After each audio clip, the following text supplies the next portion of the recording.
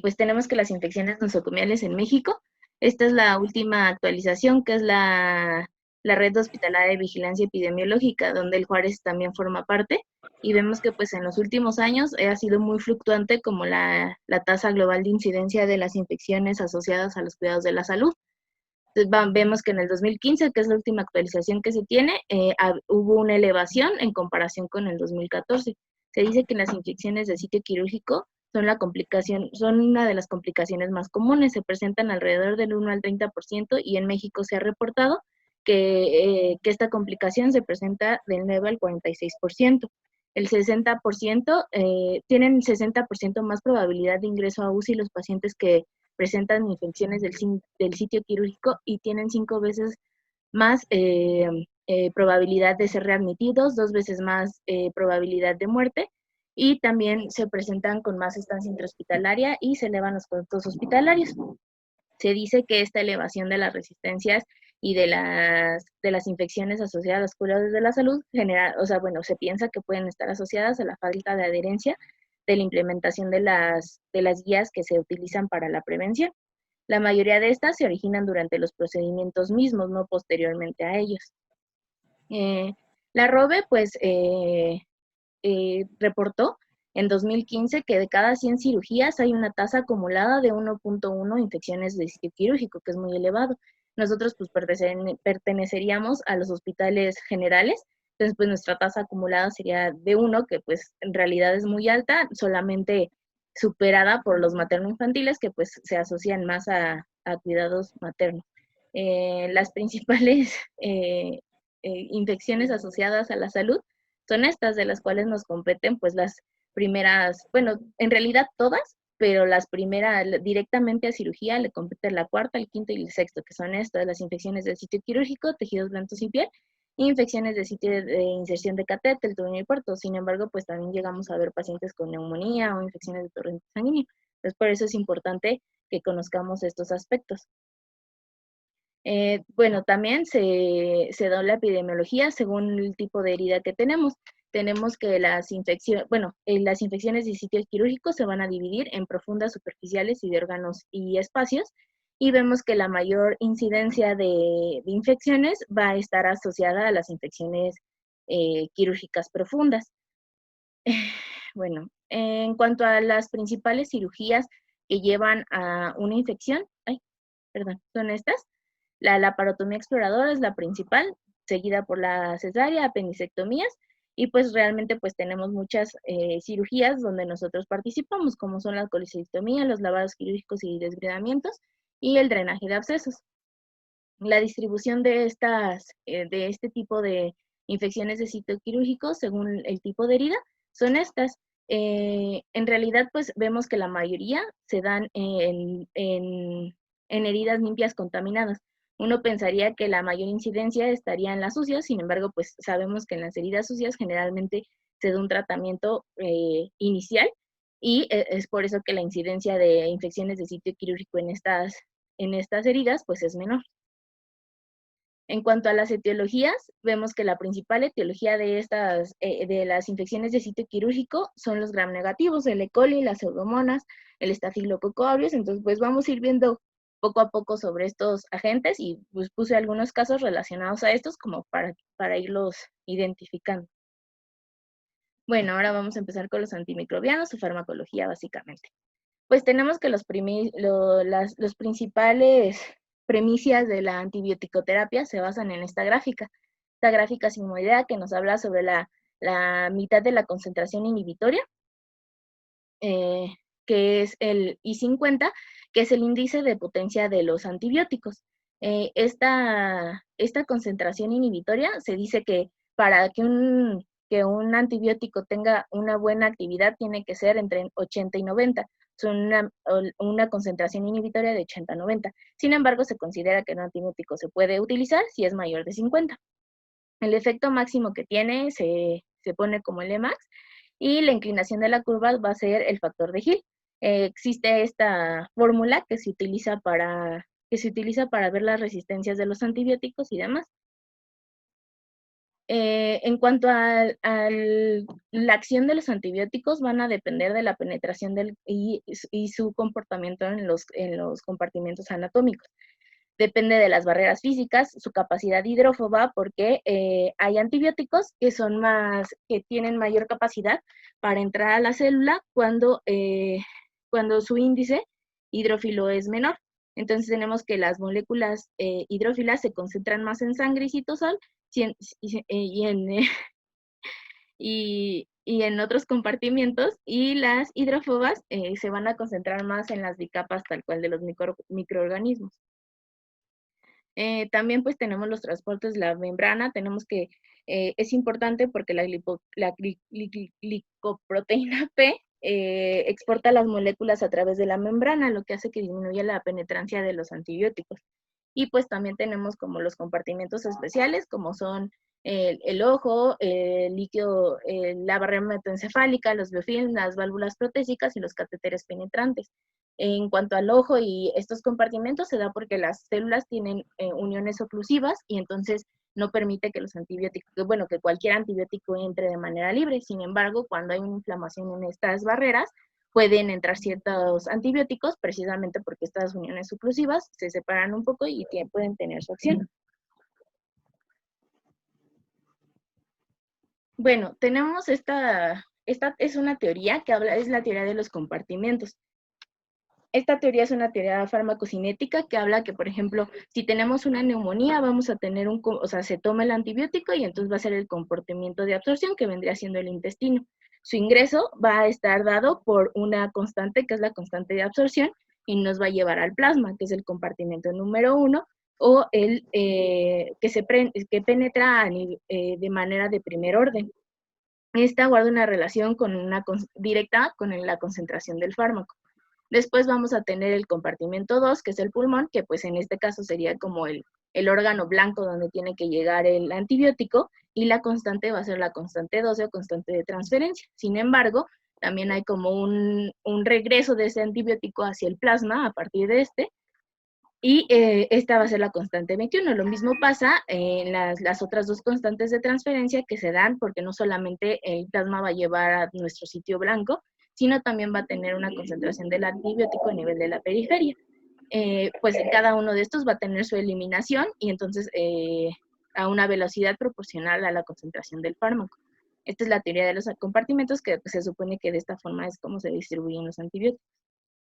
En cuanto a las pruebas de susceptibilidad, pues tenemos que se dan a base de estas curvas sigmoideas, donde vamos a ver que cuando un antibiótico aumenta su resistencia o cuando hay hay un microorganismo que presenta resistencia, el antibiótico va a presentar un aumento de su índice de potencia, que es el I50.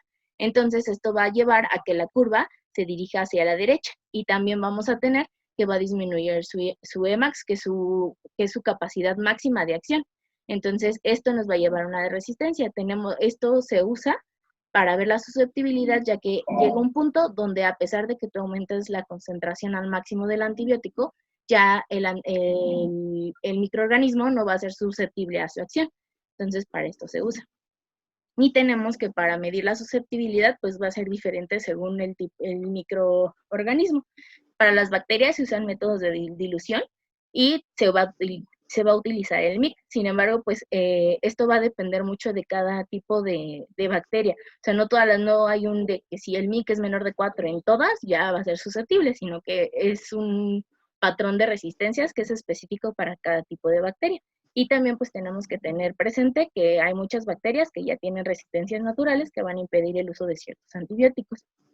En cuanto a los hongos, se dice que se ve el decremento del 50% de la turbiedad contra un testigo en 24 horas y tiene que ser del 80% en 48 horas para que este sea susceptible.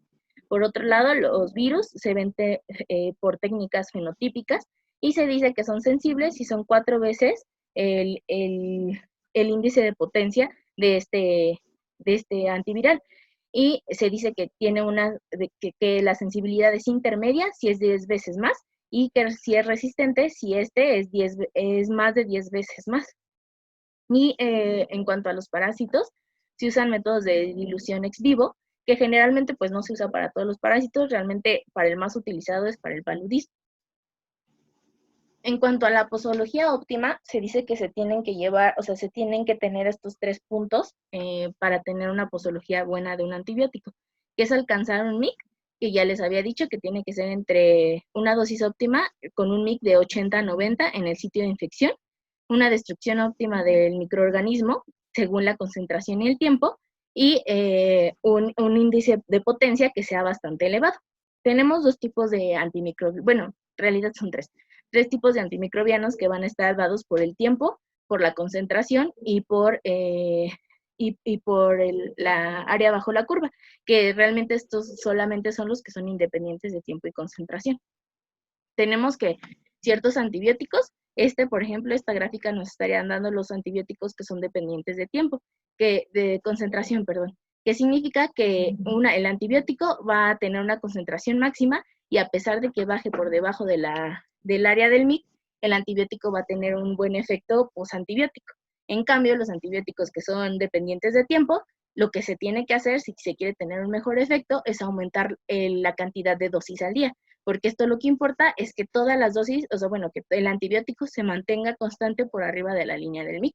Entonces, esto es importante porque, por ejemplo, los beta-lactámicos, que son tiempo dependientes, si tú quieres tener un mejor efecto, lo que tienes que hacer no es aumentar la dosis, sino es aumentar el tiempo. Incluso, pues, hay estudios que se han hecho con beta-lactámicos que se ponen en infusión. Y pues esta es la clasificación que les decía. Es la dependiente de concentración, que el efecto continúa aun cuando baja del MIC, que tiene un buen efecto posantibiótico, y en esta categoría se encuentran en esta categoría se encuentran la tobramicina, los aminoglucósidos, las quinolonas y el metronidazol. En cuanto a los dependientes de tiempo, lo que se tiene que hacer es maximizar el tiempo y bajar la Cmax. Y entre estos se encuentran los beta-lactámicos, la vancomicina, la clindamicina y los macrólidos.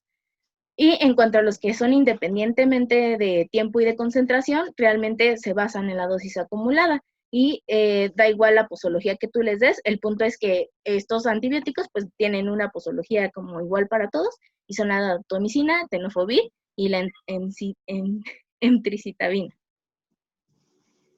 Pues bueno, estos son los ejemplos de cada uno de los antibióticos que tenemos y a qué categoría pertenecen. Bueno, en cuanto a los objetivos de la terapia, pues vamos a tener que los antibióticos, pues los antimicrobianos en general los vamos a usar para diferentes cosas. Tenemos el efecto profiláctico que se va a utilizar cuando hay sitios que no están infectados o que no hay signos de enfermedad, donde se tiene que impedir el desarrollo y se tiene que llevar un tratamiento por objetivos. El anticipatorio, que es inmediato y es corto, y solamente se usa para pacientes que tienen alto riesgo o que tienen infecciones asintomáticas. Por otro lado, el empírico es para pacientes sintomáticos que tienen riesgo alto de esperar un antibiograma o un estudio para saber específicamente qué organismo tenemos y pues generalmente pues para estos pacientes se prefiere tener una tinción de Gram disponible para poder iniciar el tratamiento. Y el tratamiento definitivo es cuando ya tienes el microorganismo aislado, ya tienes un antibiograma y pues siempre se va a preferir la monoterapia. Se justifica la terapia doble cuando se quiere evitar resistencias, cuando se quiere acelerar la acción o se quiere identificar la eficacia y disminuir la toxicidad de unos y otros. Y el tratamiento supresor son cuando continúas después de la erradicación con una dosis menor. Es como una profilaxis secundaria que se podría dar, por ejemplo, en pacientes con VIH. Pues esto es básicamente como una gráfica de cómo se dan. La profilaxis es cuando no hay infección, el anticipatorio es para pacientes que tienen riesgo y por eso se da el antibiótico, el empírico es cuando ya hay síntomas y el definitivo ya tienes aislado un patógeno y el supresor es cuando ya tienes la infección resuelta, pero pues quieres prevenir una secundaria. En cuanto a la profilaxis, pues ya lo hemos visto mucho, pero aparentemente lo preguntan mucho, entonces pues nada más para repetir, la profilaxis tiene que tener una actividad antimicrobiana en el sitio de la herida al momento del cierre y se dice que se debe iniciar 60 minutos antes de la incisión y hasta 24 horas después, aunque la OMS refiere que se puede hacer hasta 120 minutos antes de la incisión y se dice que se puede reaplicar una segunda dosis si el tiempo de la cirugía excede 2 viadas medias del antibiótico y se puede aplicar hasta 3 horas antes si se trata de vancomicina o fluoroquinolonas y también se tiene que repetir una dosis si hay una pérdida sanguínea de más de 1.500 mililitros de sangre. Pues se dice que está justificada una profilaxis cuando tienes una probabilidad de infección menor al 5%. Más bien no se requiere una profilaxis cuando tienes una probabilidad de infección menor al 5% y no se tiene, bueno, no se recomienda que se utilice en heridas limpias o limpias contaminadas. Y pues bueno, una excepción es la profilaxis post-exposición. Y pues bueno, nada más esta terapia, independientemente de todo lo anterior, está justificada en las cirugías que las complicaciones pueden ser más drásticas, por ejemplo, en las cirugías cardíacas o en la neurocirugía.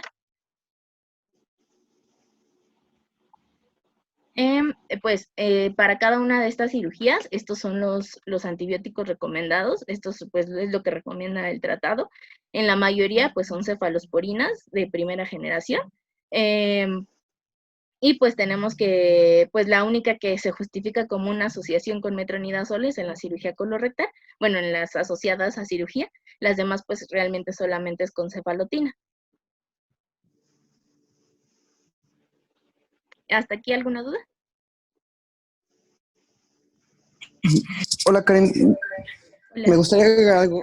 Sí. Hay algunas actualizaciones con respecto al uso de los antibióticos profilácticos, al menos en cirugía general. Uh-huh. La OMS recomienda como antibiótico de primera elección la cefazolina y como segunda opción la cefuroxima, que son cefalosporinas de primera y segunda generación respectivamente. La cefalotina pues la usamos nosotros porque está accesible en el hospital, es barata y pues es lo que tenemos a la mano. Sin embargo, no es lo ideal, al menos en cirugía general. Y pues ya dependiendo de la subespecialidad, el tipo de intervención, pues también va a cambiar el antibiótico. Entonces, pues nada más eso, nada más quería comentar que en realidad la cefazolina es el antibiótico de primera elección. Ok. Muchas gracias, doctor. Bueno, siguiendo Karen, el un tema. comentario. ¿Sí? También complementando lo que decía el doctor Levy, también leí que, por ejemplo, en paciente, como dice el doctor, de primera elección sería cefazolina, cefuroxima es de segunda, y en paciente alérgico se administraría la clindamicina o vancomicina, en paciente alérgico de beta-lactámico. ¿Va? Ok. Sí, gracias, Nico. Bueno, ¿sí? ¿Alguna otra duda o algún otro comentario? Bueno.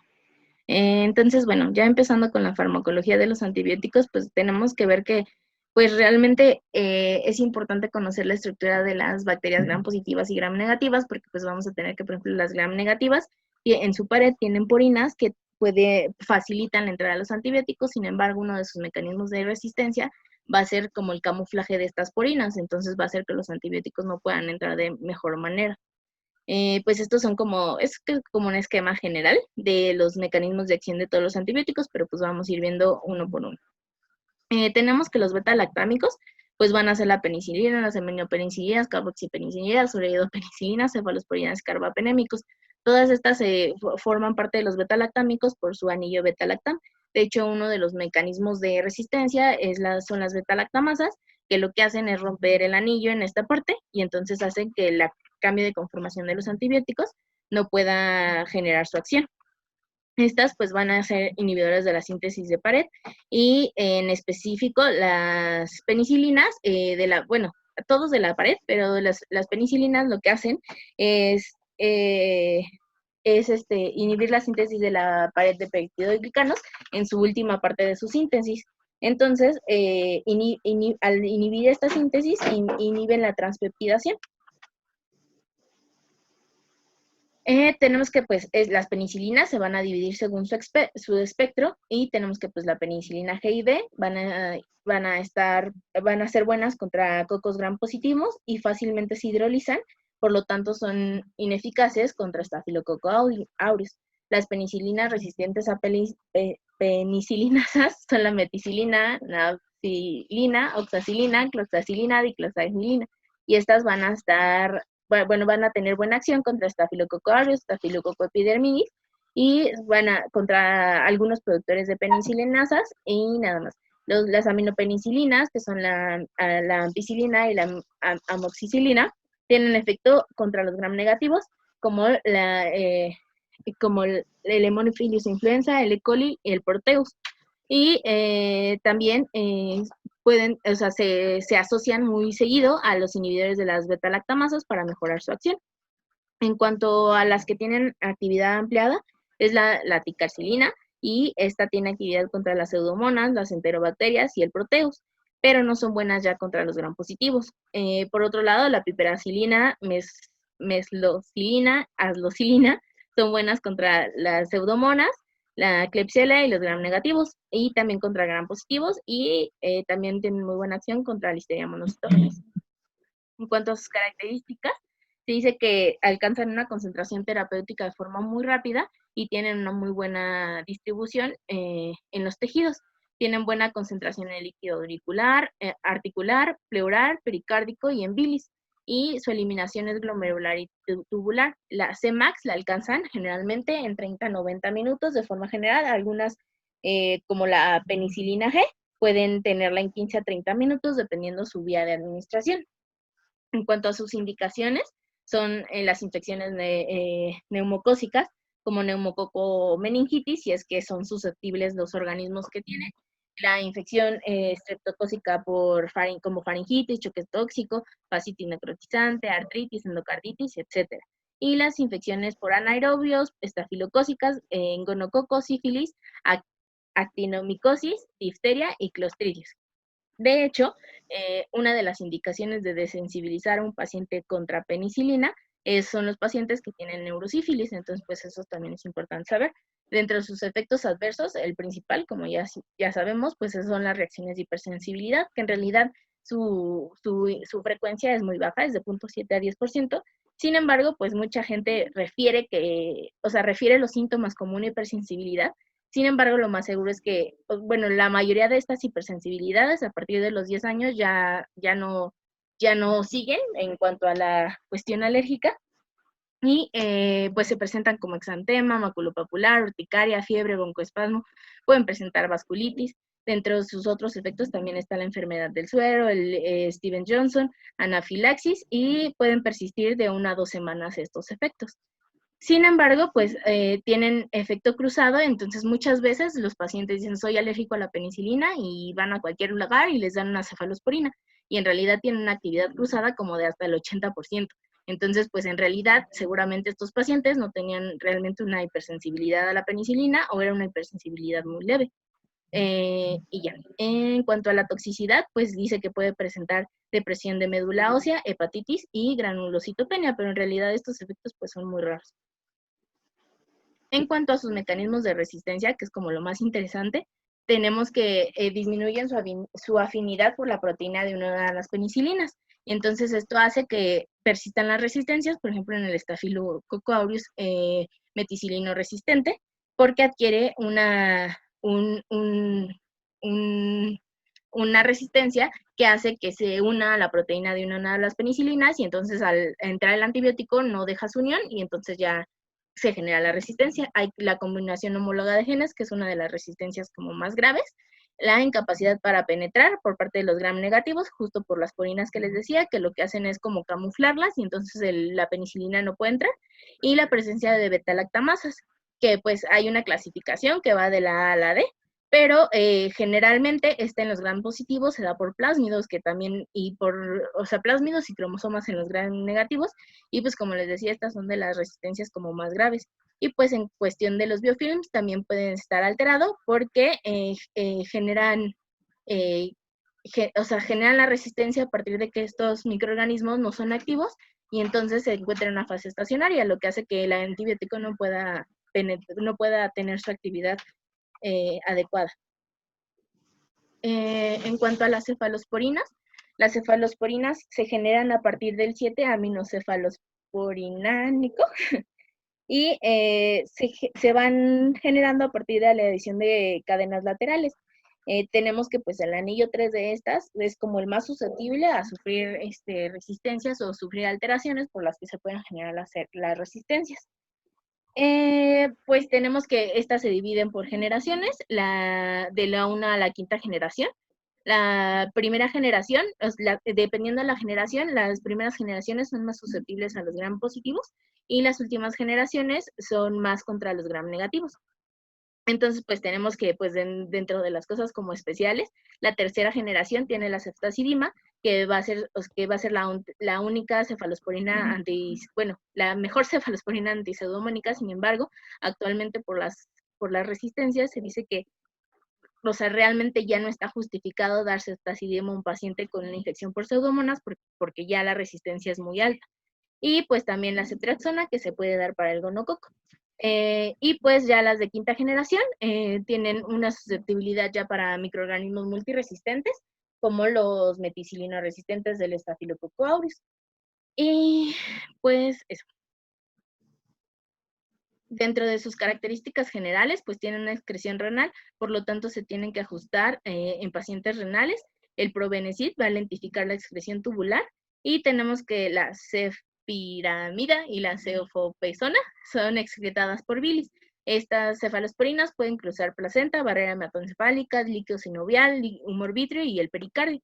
Dentro de sus indicaciones están las infecciones de piel, tejidos blandos, profilaxis colorectal, las infecciones de vías respiratorias, intraabdominales, la EPI, los pies diabéticos, y las infecciones graves por gonorrea, Lyme, meningitis y listeria monocitógenes. También infecciones intrahospitalarias se pueden usar de forma empírica por las resistencias, según las resistencias del hospital.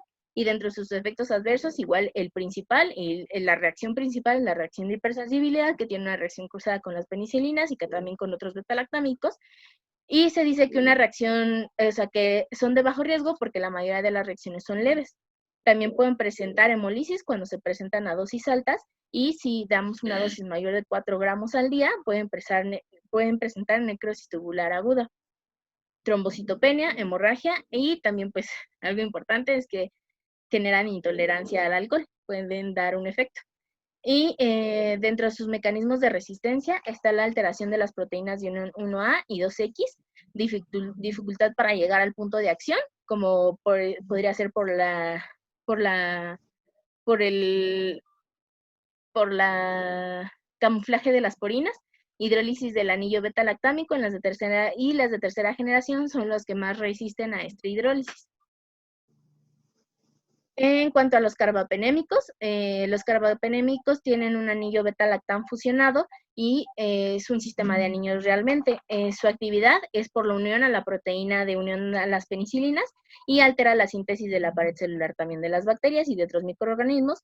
Tienen resistencia a la hidrólisis de beta-lactamasas. Entre ellas, pues el imipenem se asocia a cilastatina y Mandaron una clase muy... Perdón, ¿hay algún comentario? Chocolate. Ok, creo que no. Bueno, se genera degradación por dispeptidasas del túbulo renal. Entre su espectro están los aerobios, anaerobios, los estreptococos, incluidos el estreptococo neumonía resistente a penicilinas, los enterococos de resistencia extendida, el enterococo faecio, los estafilococos y la listeria, y así como algunos staph resistentes a meticilina, pseudomonas y acinetobacter, y anaerobios como el Bacteroides fragilis. En cuanto a su farmacocinética, no se absorben por vía oral adecuadamente, ya que la dispeptidasa del borde en cepillo las degrada, y se dice que su vida media es aproximadamente de 1 hora, y la cilastatina lo que va a hacer es aumentarla al recuperarse el 70% por orina. Y se tienen que modificar, obviamente, en pacientes con insuficiencia renal crónica. Entre sus efectos adversos, el principal es la náusea y el vómito, las crisis convulsivas, que en realidad se dan en 1.5%, y solamente se dan en dosis altas en pacientes que tienen alteraciones ya previas del sistema nervioso o con insuficiencia renal crónica, que no ajustas la dosis, y pues las reacciones de hipersensibilidad cruzada que ya habíamos hablado. Entre sus indicaciones pues están las infecciones urinarias, las infecciones respiratorias bajas, infecciones intraabdominales, ginecológicas, de piel. En realidad pues prácticamente todas las infecciones graves se pueden utilizar en pacientes chocados. La principal terapia empírica pues son los carbapenémicos, y se dice que no es bueno utilizarlos como monoterapia en pseudomonas por la resistencia que estas presentan. Entre los que tenemos pues está el meropenem, que no es sensible a la dispeptidasa renal, entonces se puede utilizar bien en pacientes que tengan un foco renal, aunque tiene una toxicidad muy similar al imipenem y tiene muy baja probabilidad de convulsiones, entonces también este es muy bueno para utilizar cuando se necesiten pacientes con alteraciones del sistema nervioso. En cuanto al doripenem, tiene una mejor actividad antiseudomonas resistentes, y el ertapenem, pues tenemos que su vida media es larga y realmente nada más es una aplicación al día. Es bueno ver contra las pseudomonas y la acinetobacter, así como los gram positivos, enterobacterias y anaerobios. Entonces, por eso es una buena elección para las infecciones intraabdominales complicadas y pélvicas. En cuanto a los monobactámicos, tenemos el Astronam. Este tiene resistencia a muchas betalactamasas, tiene un espectro muy parecido a los aminoglucósidos. Su espectro es contra pseudomonas, enterobacterias sensibles y gram negativos. No tiene buena actividad contra gram positivos y anaerobios, y necesitas hacer una corrección renal en enfermos renales, y tiene poca reactividad cruzada, excepto con las cefalosporinas, excepto con la ceftazidima, y se dice que puede ser utilizada en los pacientes que tienen reacción contra penicilina si tienen infección contra gram negativos. Dentro de los mecanismos que podemos usar para evitar como ciertas resistencias a las beta-lactamasas son los inhibidores de las beta-lactamasas, que son estos tres: el ácido clavulánico, el subbactam y el tazobactam. El ácido clavulánico pues con la amoxicilina, el subbactam con la picilina y el tazobactam con la piperacilina. Pues esto es lo que hacen, cubren bacterias gram positivas, gram negativas, enterobacterias, anaerobios, y a dosis altas también micobacterias. El ácido clavulánico pues tiene actividad contra estafilococos con betalactamasas, hemófilos influenza, gonococo y E. coli, gram negativos anaerobios, estafilococo aureus, bacteroides, y tiene una buena actividad también contra pseudomonas y anaerobios a dosis altas, y también requiere un ajuste renal. El subbactam es contra cocos gram positivos, estafilococo aureus, anaerobios gram negativos y aerobios gram negativos y anaerobios. Es bueno para infecciones intraabdominales y pélvicas mixtas, y también requiere un ajuste renal. Y pues por último, la piperacilina con tazobactam, pues es buena contra bacilos gram negativos aerobios, estafilococo aureus, bacteroides, y no aumenta contra las pseudomonas y contra los anaerobios, no aumenta la actividad contra las pseudomonas y los anaerobios. En cuanto a los glicopéptidos, tenemos la vancomicina y la teicoplanina. La vancomicina estas tienen una vida media larga, suprimen la síntesis de la pared mediante la unión de alta afinidad a esta subunidad, y que es una precursora de la pared, y tienen acción contra gram positivos, estafilococos resistentes, enterococos resistentes, y el 30% de estas se une a las proteínas. Tiene una buena distribución en líquidos, el 90% se va a eliminar vía renal, y la teicoplanina tiene una eliminación demasiado larga, que es aproximadamente de 100 horas. Dentro de sus efectos adversos está el hombre rojo, la neutropenia, citotoxicidad, nefrotoxicidad, ototoxicidad, hipersensibilidad, flebitis y dolor, urticaria, cuando se pasa la dosis rápido. Y en cuanto a sus resistencias, pues tenemos que es por medio de transposones, que se transfieren con facilidad, y enzimas en el cumuloban. En cuanto a los lipopéptidos, como la daptomicina, se unen a membrana y generan despolarización de la misma, lo que pierde el potencial de membrana en las bacterias y hacen que estas mueran. Por tanto, Es un bactericida para gram positivos resistentes a vancomicina y gram positivos aerobios, facultativas y bacterias anaerobias. Se desactiva a nivel pulmonar, por lo tanto tiene buena concentración en los tejidos y se absorbe poco por vía oral. También tiene una excreción renal y por heces, y depende de la creatinina, también se tiene que hacer un ajuste, y se dice que si el paciente tiene una depuración de creatinina menor a 30, se tiene que dar hasta cada 48 horas. Entre sus efectos adversos están la miopatía, rabdomiólisis, y aumenta la CPK por la misma rabdomiólisis. Sin embargo, estos son reversibles. Y también esto puede empeorar si el paciente ya consumía previamente estatinas. Y en cuanto a su resistencia, se dice que pues no se conoce un mecanismo de resistencia específico, sin embargo sí lo presentan, pero no se conocen.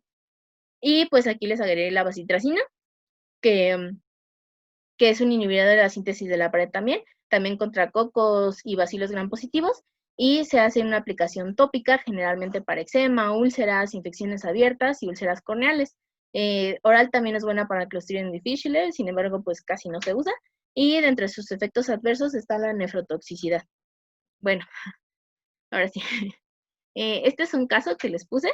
Es una paciente femenina de 35 años, sin antecedentes de importancia, que inicia su padecimiento hace 20 días, con una duración en hombro izquierdo, que se extiende hasta el codo, con eritema, dolor, rubor, calor. Está fluctuante el área, con secreción purulenta por el mismo. Ella dice que pues que fue infiltrada por una persona X que le puso plasma rico en plaquetas para dolor de hombro, y dentro de sus signos vitales, pues cuando bajan a valorarla, tiene una TA de 80-75 con apoyo aminérgico ya, tiene una frecuencia cardíaca de 140, respiratoria de 20, temperatura de 38,5.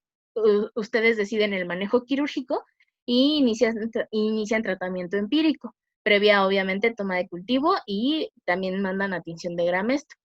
¿Qué manejo antibiótico iniciarían? Pensando en qué microorganismo y por qué por qué en esta paciente creen que se decidió el manejo quirúrgico. ¿Alguien de mis compañeros que quiera participar? Si quieres, yo te ayudo, Karancito. Sí.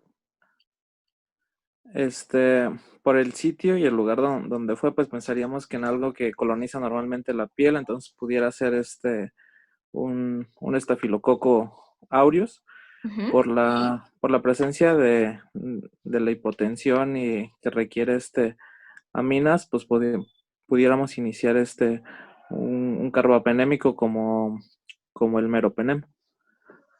Ok, sí. Justamente, como dice Balti, como estamos ante una paciente con un probable choque séptico, pues está indicado iniciar un carbaponémico, en este caso pues, el meropenem, que es una buena opción. Y sí, pues la principal microorganismo que podíamos estar pensando es en un estafilococo aureus. Y nada más faltó, ¿por qué crees que se decidió manejo quirúrgico en esta paciente?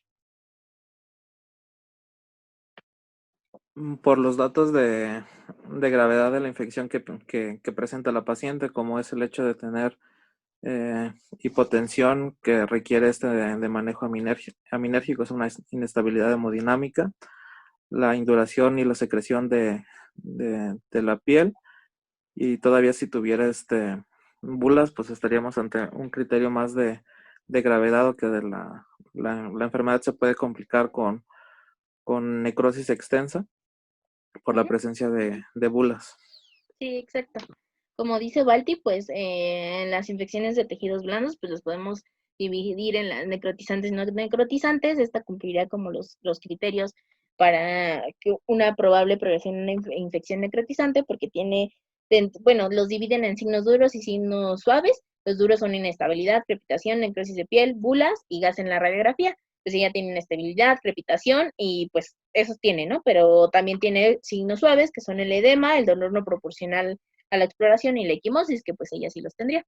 Entonces, como dijo Balti, pues sí, el microorganismo en el que empezamos es aureus, y pues sí, el antibiótico que iniciamos es meropenem. Entonces, pues te reporta el antibiograma y te dice que es un coco gram positivo, catalasa positivo, coagulasa positivo. Y te dan el reporte de antimiograma, que estos son como lo que te dan, es oxacilina resistente, tienen test de cefotaxima positivo, clindamicina sensible, eritromicina sensible y vancomicina sensible. ¿Ante qué microorganismo crees que estamos? Bueno, alguien más que me diga ante qué microorganismo cree que estamos y si continúan con el manejo con meropenem o si lo cambias. Yo, Karen, si quieres, estamos, como decía Balta, ante un Staph aureus. Los gram positivos se dividen, obviamente, ya viéndolos a la tinción, si son cocos o no, ¿no? Y si tiñen de azules o rojos, entonces pues ya se les da gram positivos, gram negativos. Una vez después de eso, la siguiente prueba es la coagulasa. El estafilococo tiende a ser coagulasa positivo, mientras que el estreptococo, que sería el otro coco gram positivo, es coagulasa negativo. Y finalmente, dentro de la familia de los estafilococos, pues sigue la prueba de la catalasa. Y ya de ahí hay catalasa positivo, que es el Staph aureus, y catalasa negativo, que es el Saprophyticus y ay, se me fue el otro, pero hay otro, ¿no?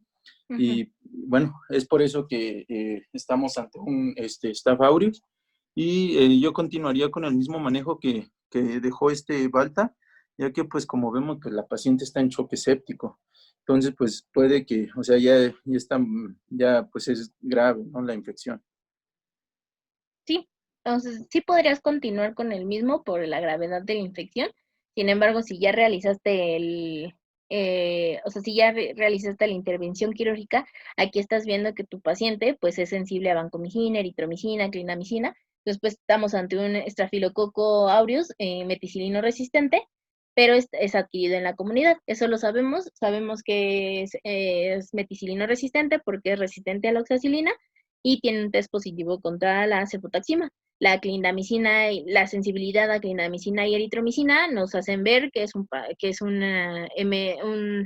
Staphylococcus aureus MRSA adquirido en la comunidad. Si fuera resistente a clinda y resistente a eritro, entonces estaríamos pensando que fue adquirido a nivel de hospital. Y en cuanto a la vancomicina, pues también puede ser resistente y sensible. Sin embargo, los casos de Staphylococcus aureus resistente a vancomicina pues son míticos. Entonces, si ya tenemos un buen control a nivel quirúrgico de la infección, pues no habría necesidad realmente de continuar con el meropenem. Podrías ponerle un esquema con vancomicina, que sería el recomendado. Podrías continuar con el meropenem, pero pues como se dice, ¿no? Los antibióticos se tienen que usar de una manera adecuada y no siempre mantener, o sea, si tienes la posibilidad de disminuir el espectro, pues también se puede hacer. Entonces, pues yo cambiaría la terapéutica a vancomicina, pero pues también podrías continuar con el meropenem, como tú dices. Vale, gracias. Sí. Y esto es lo que yo les decía en cuanto al Staphylococcus aureus, para ver su patrón de resistencia. Vemos que el primer test que se tiene que hacer es con cefotaxima y oxacilina. Siempre ambas tienen que ser concordantes. Entonces, si de pronto alguna no es concordante, entonces tenemos que pensar que nuestro antibiograma está o mal hecho, o hay alguna alteración, o tal vez esa bacteria que salió no es una bacteria como infectante y nada más es como, o sea, se tiene que repetir básicamente. Entonces tenemos que cuando la oxacilina es sensible y la cefotaxima es negativa, entonces es sensible a meticilina, y si es al revés, es resistente a meticilina. La segunda parte se tiene que ver si es sensible o no a clindamicina y eritromicina. Si es sensible a estas, se dice que es una adquirida en la comunidad. Si es resistente, es una adquirida a nivel de hospital. Y como les decía, pues sí hay resistencias a vancomicina, pero pues realmente son pocas y son como reportes de caso. Realmente es raro que tengamos un Staphylococcus aureus resistente a vancomicina. También tenemos que cuando el test de cefotaxima sale positivo, esto implica que hay una activación del gen MERC-A que da resistencia a todos los betalactámicos prácticamente. Entonces, justamente por eso es que yo te decía, yo le cambiaría el antibiótico a vancomicina, porque al tener un test positivo para cefotaxima nos daría resistencia a todos los betalactámicos, incluidos el meropenem. Y en cuanto al test de clindamicina y eritromicina, nos está hablando que hay una alteración en el gen ERM, y generalmente esto lo único que nos habla es que es adquirido en el hospital. Bueno, Ya pasando a los otros antibióticos, estos son los antibióticos que son inhibidores de la síntesis de proteínas. Esta es una nemotecnia que para mí es muy fácil, que AT30 es el 50, que los que inhiben la síntesis de proteínas a nivel de la subunidad 30S son los aminoglucósidos y las tetraciclinas, y de las 50S es el cloranfenicol, eritromicina, lincosaminas y ninesolid. En cuanto a los aminoglucósidos, son inhibidores bactericidas. Estos se unen a la subunidad 30S y, por tanto, evitan la formación de proteínas y, por tanto, pues, inhiben pues sí, el funcionamiento de la bacteria tal cual. Entre ellas está la gentamicina, la torbamicina, la amicacina, la netilmicina, canamicina, streptomicina, paromicina y neomicina. Y son buenas para gram negativos y aerobios. Y la paromicina es buena para enterobios intestinales y, y para y para abscesos hepáticos, perdón. No se absorben por vía oral y se excretan a nivel renal. De entre sus efectos adversos principales, pues es la nefro y la ototoxicidad. De hecho, pues algunas veces en otorrinos, cuando tienen pacientes con vértigos muy intensos que no han mejorado con nada, se pueden llegar a utilizar a nivel local por su efecto ototóxico. Dentro de sus espectros están los bacilos gram negativos aerobios, no son buenos para los gram positivos, por tanto no son buenos en monoterapia, tienen efecto sinérgico in vitro con los que tienen una actividad sobre la pared. Y en cuanto a su farmacocinética, el 1% se absorbe por vía oral, se acumula a nivel renal, por lo tanto genera toxicidad. Y también se dice que puede generar toxicidad aún aplicado en heridas tópicas. Su vida media es de 1 a 3 horas y entre sus características se dice que no tiene una buena distribución a nivel de tejido adiposo. Es bueno para cuando hay una inflamación en peritoneo y pericardio, son buenos también, y tienen una excreción renal con una depuración, se tiene que hacer una depuración calculada para esto. Sus efectos adversos, ya les había dicho, tienen ototoxicidad vestibular, pueden generar hipoacusia bilateral irreversible y generalmente a altas frecuencias, y también ototoxicidad vestibular transitoria. Están potenciadas por la furosemida, pueden generar bloqueo neuromuscular agudo y apneas, y pues nefrotoxicidad reversible casi siempre en un 26% de los pacientes, que dentro de sus síntomas pueden generar cilindros hialinos y granulosos, y las que pueden potenciar esta nefrotoxicidad es la anfotericina B, la vancomicina, los IECAS, el citratina y las ciclosporinas.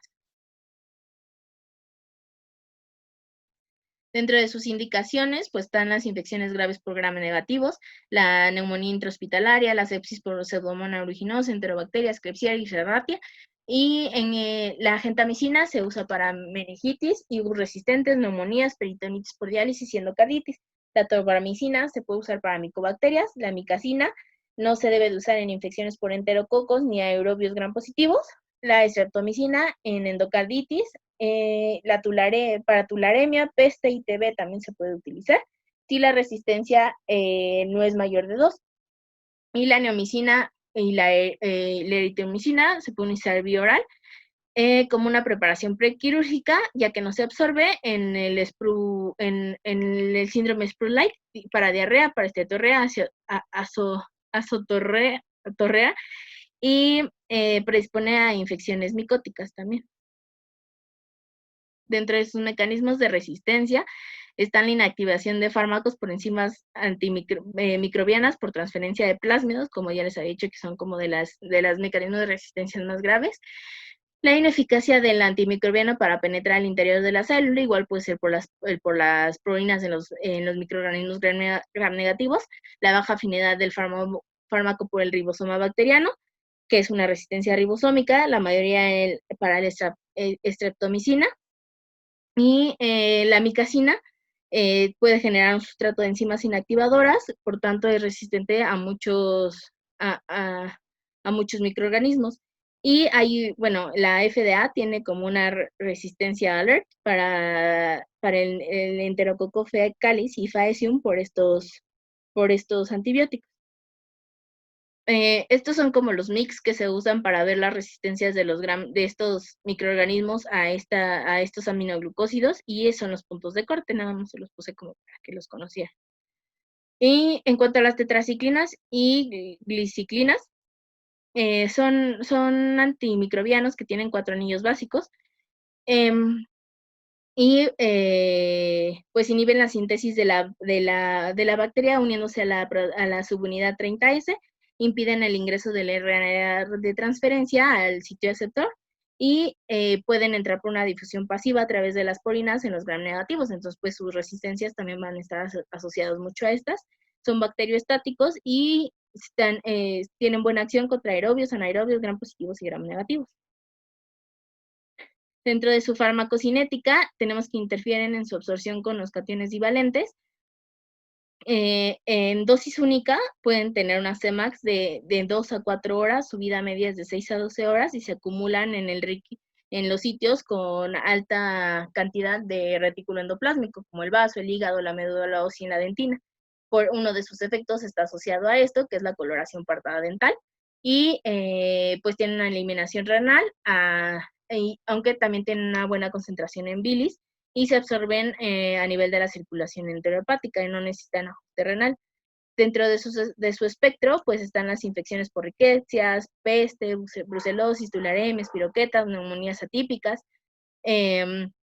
infecciones de tejidos blandos y por estafilococo aureus resistente a meticilina, borrelia, treponemas, entre otras. También se utiliza, como ya habíamos visto, para las infecciones por Helicobacter pylori, y sus usos son las infecciones respiratorias, cutáneas, intraabdominales, infecciones gastrointestinales, infecciones de transmisión sexual por riquecias y también en el carbunco. Sus efectos adversos, pues la mayoría son irritación gastrointestinal, esofagitis, úlcera gástrica, pancreatitis, colitis pseudomembranosa.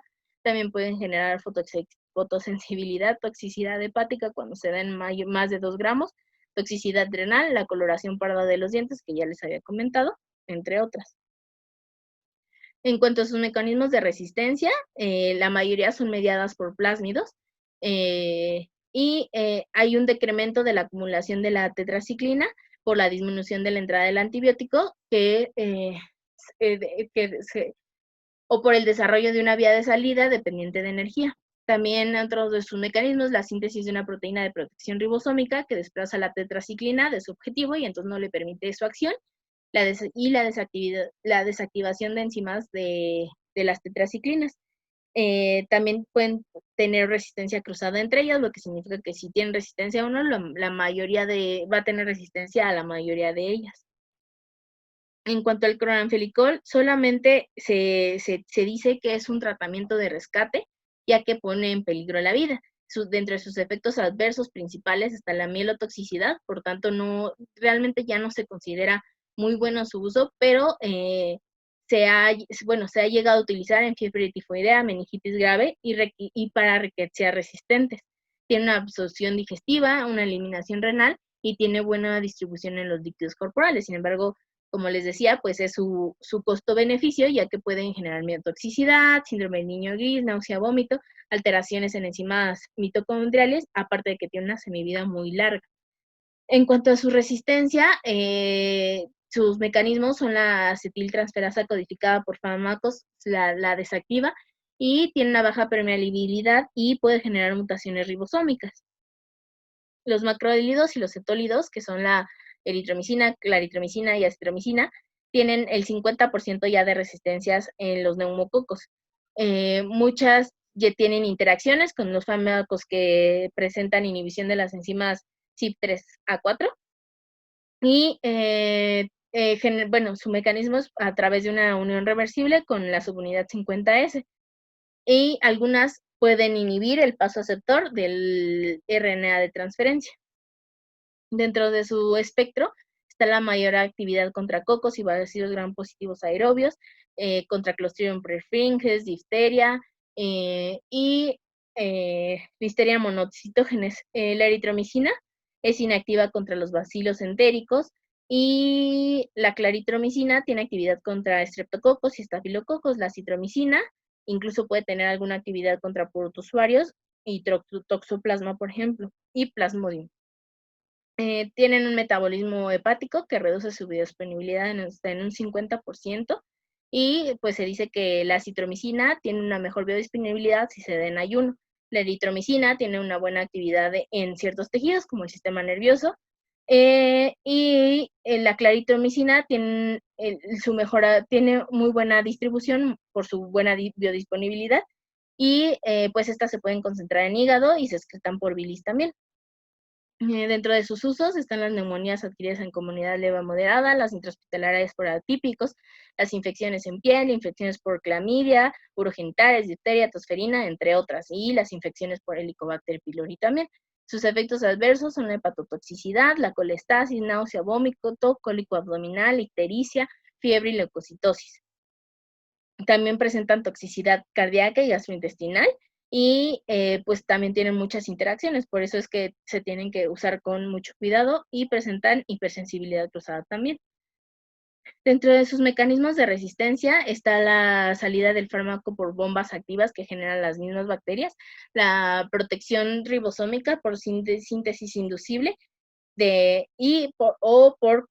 por síntesis de enzimas metilasas que modifican el sitio de acción en ribosomas, lo que impide la unión del fármaco, hidrólisis de esterasas producidas por las enterobacterias y mutación cromosómica.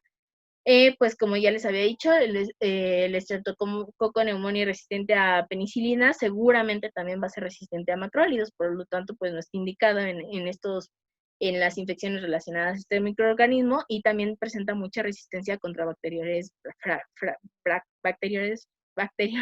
frágiles. En cuanto a las lincosaminas, como la clindamicina, pues presentan la unión su mecanismo de acción es la unión a la subunidad 50S y suprime la síntesis proteica. Presenta acción contra anaerobios y bacterias frágiles gram positivos como streptococos, estafilococos y clostridios, y es la segunda elección en encefalitis por toxoplasma, la segunda elección también para infecciones por neumocistis. Tiene una absorción completa por vía oral, una distribución amplia en líquidos y tejidos, y dentro de sus efectos adversos pues están los gastrointestinales y las diarreas, que pueden predisponer a una infección por Clostridium, y también pueden presentar alteraciones exantemáticas en pacientes con VIH. Dentro de sus resistencias está la resistencia cruzada con macrólidos, que solamente se presenta si existen enzimas constitutivas para esto. ¿Hasta aquí tienen alguna duda? Ok. Las oxalidinonas, que es el inesolid, se presentan con una unión a la subunidad 50S y impiden la formación de un complejo ribosoma para la unión del RNA de transferencia, para iniciar la síntesis proteica. Su acción es contra gram positivos resistentes, como el Corynebacterium, Listeria y Mycobacterias, tienen una buena acción para las bacterias que generan biofilms, y es una tercera línea para la TB. Es una alternativa también para infecciones resistentes por vancomicina. Se absorbe vía oral y tiene una buena acción en órganos bien perfundidos. Dentro de sus efectos adversos está la trombocitopenia, la supresión de la médula ósea de ácido láctico, la neuritis óptica, interacciona con adrenérgicos y serotoninérgicos, y dentro de su resistencia requiere una mutación de 2 o más copias de genes para RNA de transferencia, por tanto no deben usarse si hay otra alternativa. ¿Y alguno de mis compañeros me quisiera apoyar en esto?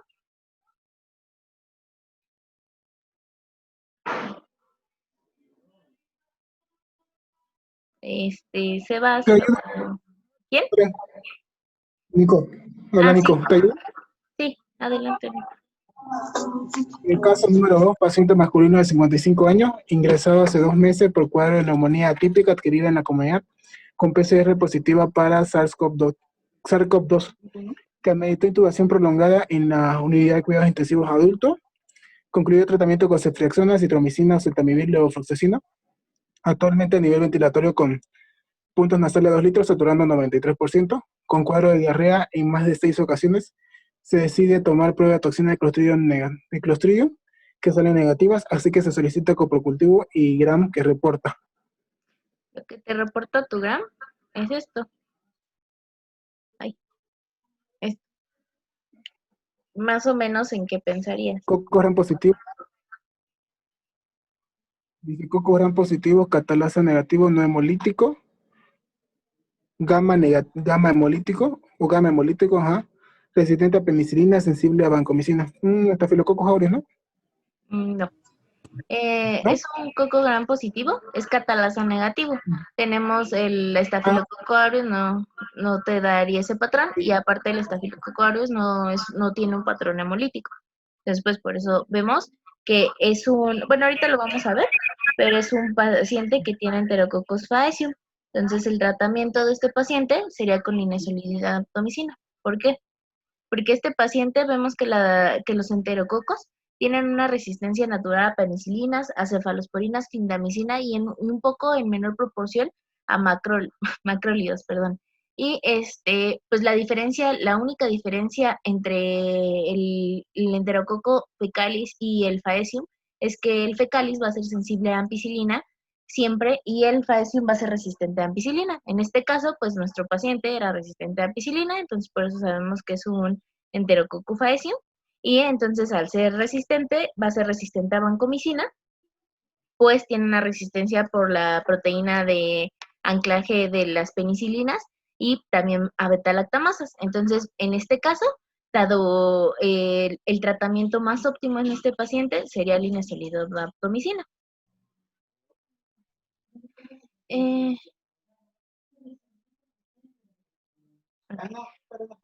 Sí, bueno, continuando con los antibióticos, tenemos a las quinolonas, que estas son derivadas del ácido nalidíxico. Su mecanismo de acción es inhibir la ADN girasa en los microorganismos gram negativos y la topoisomerasa 4 en los gram positivos. Tiene una buena potencia contra E. coli, salmonella, shigella, enterobacterias, campylobacter, neisseria y bacterias intracelulares. Se recomienda solamente cuando tienes un antibiograma y es dependiente de concentración, como ya habíamos hablado antes. Por tanto, este antibiótico se puede dar por periodos prolongados y porque tiene una buena concentración en sangre durante la mayor parte del día. Se dice que su concentración máxima va a ser de 1 a 3 horas cuando es la dosis oral, y entre sus efectos adversos va a estar las gastrointestinales, puede causar irritabilidad del sistema nervioso central y fotosensibilidad, así como alteraciones en el cartílago de crecimiento. Por eso es que se tiene que tener como mucho cuidado en los niños, desgarro del tendón de Aquiles, tendinitis y arritmias. En cuanto a sus resistencias, pues su principal resistencia es la mutación en el gen que codifica la subunidad A de la DNA girasa. Ok. Este antibiótico tiene concentraciones altas en leche materna, tejido óseo, orina, riñón, pulmón, heces y bilis. Por tanto, pues en mujeres embarazadas se prefiere ver otro antibiótico. Si es que tienes otras opciones, siempre pensar en otras opciones. Y pues estos antibióticos, las quinolonas también se dividen por generaciones. La primera generación es son el ácido nalidíxico, el ácido piperídico, que es un antiséptico urinario que sirve para enterobacterias y tiene un buen volumen de distribución para bacterias gram negativas. La segunda generación es el norfloxacino, el ciprofloxacino, el ofloxacino y el levofloxacino. Y en la tercera generación es el catifloxacino, que es contra gram negativos. La cuarta generación sería el moxifloxacino, que es para anaerobios y gram negativos. Sin embargo, pues ya estos últimos dos a veces es difícil encontrarlos porque pues ya no hay mucha producción del mismo. Incluso en Estados Unidos el gatifloxacino ya no se produce.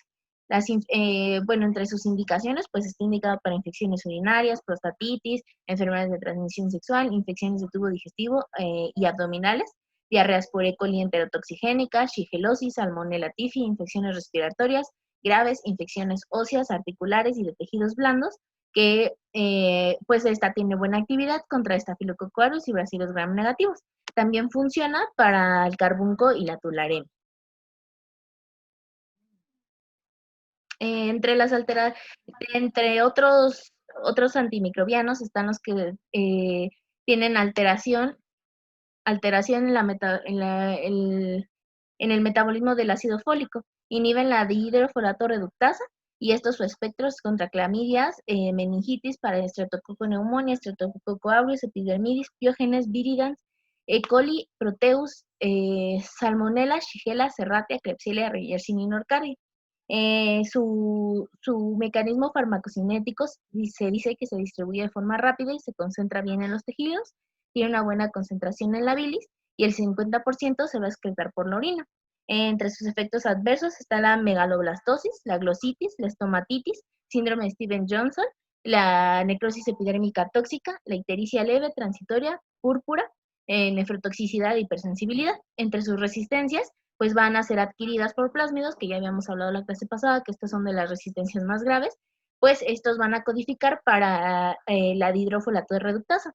Y casi el 30% de las E. coli que existen intrahospitalarias ya son resistentes a trimetoprim sulfamethoxazol.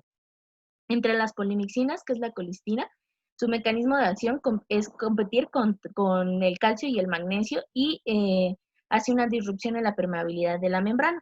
Esta funciona bien para todos los gram negativos multiresistentes, E. coli, Klebsiella, Enterobacteria, Pseudomonas y Acinetobacter, y entre sus efectos adversos, pues el principal es la nefrotoxicidad y la neurotoxicidad, por lo que pues solamente se tiene que usar cuando ya no hay otra alternativa.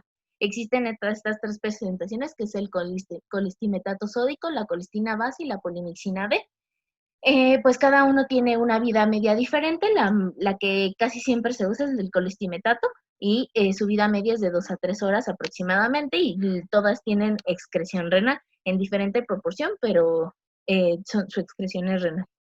Por eso es que causan la nefrotoxicidad. Este es el caso 3. ¿Alguno de mis compañeros que me quiera apoyar? Cualquier parecido con la realidad es mera coincidencia. Yo lo leo, Karencita. Sí, Sebas. ¿Sí Gracias. me ven? Sí. Es un paciente masculino de 42 años con los diagnósticos de enfermedad diverticular complicada, más fístula colovesical, más absceso retroperitoneal disecante a miembro pélvico inferior, más posoperado del APE, posoperado de fasciotomías de miembro pélvico inferior, más derrame pleural bilateral. Durante procedimiento quirúrgico se toma cultivo de secreciones y se reporta bacilo gram negativo E. coli. Ese patrón que te muestro es el patrón de resistencias que tiene. Por este patrón, ¿tú podrías decirme qué tipo de E. coli es?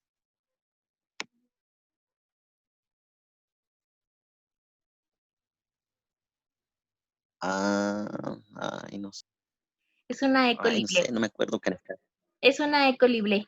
Ahorita vamos a ver cómo vamos a identificar qué tipo de E. coli es y cómo son, si es ble o blea o demás. En este paciente, pues el mejor tratamiento sería con un ertapenem, con el ertapenem. ¿Por qué? Porque el E. coli ble tiene una resistencia natural que es inusual, pero pues se puede presentar a imipenem, meropenem y a la colistina. Por tanto, pues el mejor tratamiento en este paciente sería ertapenem, y si pues si alguien lo reconoce, pues ya sabemos, ¿no? Bueno, para los bacilos gram negativos, para analizar su antibiograma tenemos que ver esto. La mayoría de estos tienen resistencias con betalactamasas y hacen penicilinasas. Entonces, hay varios, bueno, puedes identificar varios patrones que son los inhibidores de betalactamasas, que solamente van a tener resistencia, o sea, que van a tener sensibilidad todavía a las cefalosporinas de primera generación. Esos solamente son inhibidores de betalactamasas. Los que tienen blea, que son de espectro amplio, no extendido. Blea es de un espectro, una resistencia de espectro amplio y la ble es de espectro extendido. La diferencia es que la blea va a ser resistente a betalactámicos, en cefalosporinas de primera generación, pero va a ser sensible a las de tercera. Por otro lado, el ble va a ser resistente a Astronam y a las cefalosporinas de primera a tercera generación, pero algo que te va a ayudar a identificar muy específicamente es que todas las ble van a ser sensibles a cefotaxima y también van a ser sensibles a ácido clavulánico y a los carbapenémicos. Entonces, pues el mejor tratamiento en un paciente ble va a ser con carbapenémico. Sin embargo, vemos que, pues como ya les había dicho antes, vamos a elegir ertapenem porque el E. coli ble tiene una resistencia natural hacia los demás carbapenémicos, que es inusual, pero pues se puede presentar. La otro tipo de resistencia es el AMPC, que es una resistencia cromosómica. Se dice que hay bacterias que tienen resistencias naturales a estos y, bueno, dan esta mnemotecnia, que es el AMPC, es Acinetobacter, Morganellas, Proteus, Providencias, Citrobacter, Enterobacter y Serratia. Y entonces vamos a tener que van a ser resistentes a las cefalosporinas de primera a tercera generación, y la diferencia con unable es que esta sí va a ser resistente a la cefotaxima, no se va a inhibir con el ácido clavulánico. Entonces así es como vamos a diferenciar un E. coli ble a un E. coli AMPC y pues cualquier bacilo gram negativo, ¿no? En cuanto a los que son por carbapenemasas, estos van a ser para beta-lactamasas tipo A y son resistentes pues prácticamente a todo. Realmente pues son, o sea, en la comunidad es raro que se encuentren, pero pues sí, ya existen, entonces pues hay que tenerlas presentes. Bueno, en cuanto a las resistencias, pues ya la verdad es que durante la exposición ya estuvimos hablando de las resistencias que tiene cada antibiótico, pero pues vamos a ver que los patrones de resistencias a nivel quirúrgico, pues tenemos que valorar nuestro tratamiento en base a esto. Si nuestra infección es monobacteriana, entonces tenemos que esperar en función del tratamiento, el tratamiento en función de un antimiograma. Sin embargo, si estamos pensando que va a ser una infección polimicrobiana, entonces se tiene que atender el tratamiento según la flora aerobia, como las enterobacterias y las pseudomonas, y se suele presentar porque suelen presentar resistencias adquiridas. En cambio, la flora anaerobia suele mostrar perfiles de menor nivel de resistencia, entonces casi siempre cuando son polimicrobianas tenemos que centrar el tratamiento en las aerobias. Estos son los patrones de resistencia en nuestro hospital. Esta es la ROBE, que es donde donde el hospital da la información de todas nuestras resistencias, y pues vemos que las resistencias a cefalosporinas pues realmente se ha elevado, y los carbapenémicos pues aún son funcionales, su resistencia es baja, pero pues ya se han ido elevado constantemente para los gram negativos, que pues son los que más nos interesan a nosotros. En cuanto al tratamiento de las infecciones quirúrgicas, tenemos que una infección de sitio quirúrgico se define como aquella que ocurre dentro de los primeros 30 días del procedimiento. Involucra piel, tejido superficial y órganos y espacios. Si es con un implante o si existe un implante, se puede llevar hasta 90 días que ocurra esta infección. Las guías de infecciones asociadas a la atención de la salud las dividen en estas tres: las infecciones superficiales, las infecciones profundas y las infecciones de órganos y espacios, y se basa en estos criterios. Las de superficiales es en una incisión dentro de los primeros 30 días posquirúrgicos en piel y tejido subcutáneo, que cumple aparte con uno más de los siguientes, que es dolor, induración local, incremento de la temperatura local, drenaje purulento, desviradamiento abierto del cirujano, herida que el cirujano juzgue como clínicamente infectada, y herida a la que se administran antibióticos, cultivos positivos de secreción o de material obtenido por punción. Las infecciones de incisional profunda es una infección en una incisión en los primeros 30 a 90 días posquirúrgicos o un año si se colocó un implante, que afecta fascia y músculo, y que presenta uno o más de los siguientes: secreción purulenta del drenaje colocado por debajo de la aponerosis, deliberadamente abierta por un cirujano, si presenta fiebre, dolor local, hay un absceso o cualquier evidencia de infección, diagnóstico de infección por el cirujano o administración de antibióticos. En cuanto a las infecciones de órganos y espacios, tenemos que los criterios son que se dan en los primeros 30 a 90 días o un año con implante, que involucra cualquier región que se haya manipulado durante una cirugía, y que aparte tiene uno o más de los siguientes: secreción purulenta del drenaje colocado en un órgano o espacio, presencia de abscesos o cualquier evidencia de infección observada durante los procedimientos diagnósticos o quirúrgicos, y diagnóstico de infección por el médico tratante, administración de antibióticos por más de 72 horas y un cultivo positivo de la secreción del tejido involucrado, obtenida de forma aséptica como una biopsia o una punción. En cuanto al tratamiento de las infecciones intraabdominales, tenemos que están dentro de las primeras 3 causas de sepsis, y hasta el 90% de los procesos peritoneales secundarios van a requerir un abordaje quirúrgico. Estas se van a dividir en 2 tipos: las complicadas y las no complicadas. Las complicadas van a tener una extensión al peritoneo y se encuentran localizadas todavía en abscesos o pueden ser de forma difusa en peritonitis. Y las no complicadas afectan solamente un órgano y no hay una extensión al peritoneo, no se asocia a una disrupción anatómica del tracto gastrointestinal. También se pueden dividir según su riesgo en bajo o alto riesgo. Las infecciones de bajo riesgo, si es bajo o alto riesgo, nos va a estar asociado al tratamiento que les vamos a dar o si son complicadas o no complicadas. El bajo riesgo son infecciones adquiridas en la comunidad, que son en cuanto a su gravedad leve a moderadas, como una apendicitis, una diverticulitis, y no se asocian a anomalías fisiológicas.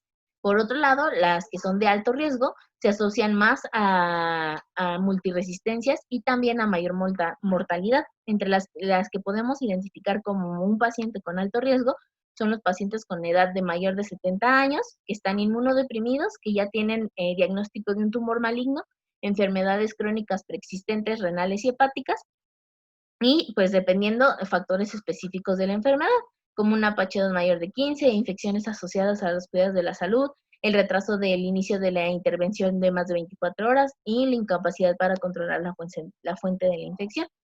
Entre los principios del tratamiento tenemos estos tres. El primero es la reanimación, el segundo es el control de la fuente de infección y el tercero pues es el tratamiento antimicrobiano. Se dice que la meta es evitar la evolución a una sepsis grave, un choque séptico o a la muerte.